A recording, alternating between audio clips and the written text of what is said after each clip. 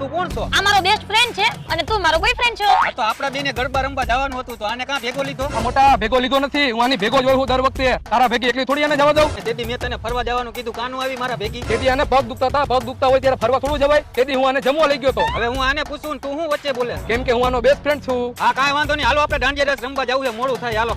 એટલે આપણે દાંડિયા રસ રમવા જઈએ, આભળવા નહીં. તારા બોયફ્રેન્ડ જો ને વાઈટ જબો પહેર્યો હોય. શું બોલ્યો શું બોલ્યો? કાંઈ નહીં, આપણે મોડું થાય હાલો.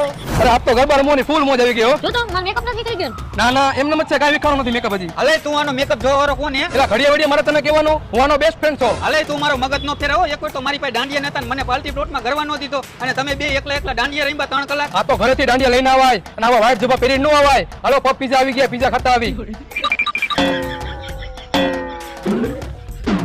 આ વરી કેવું બેસ્ટ ફ્રેન્ડ હે, કેવી સેવાયું કરે, દરવાજા ખોલી દે.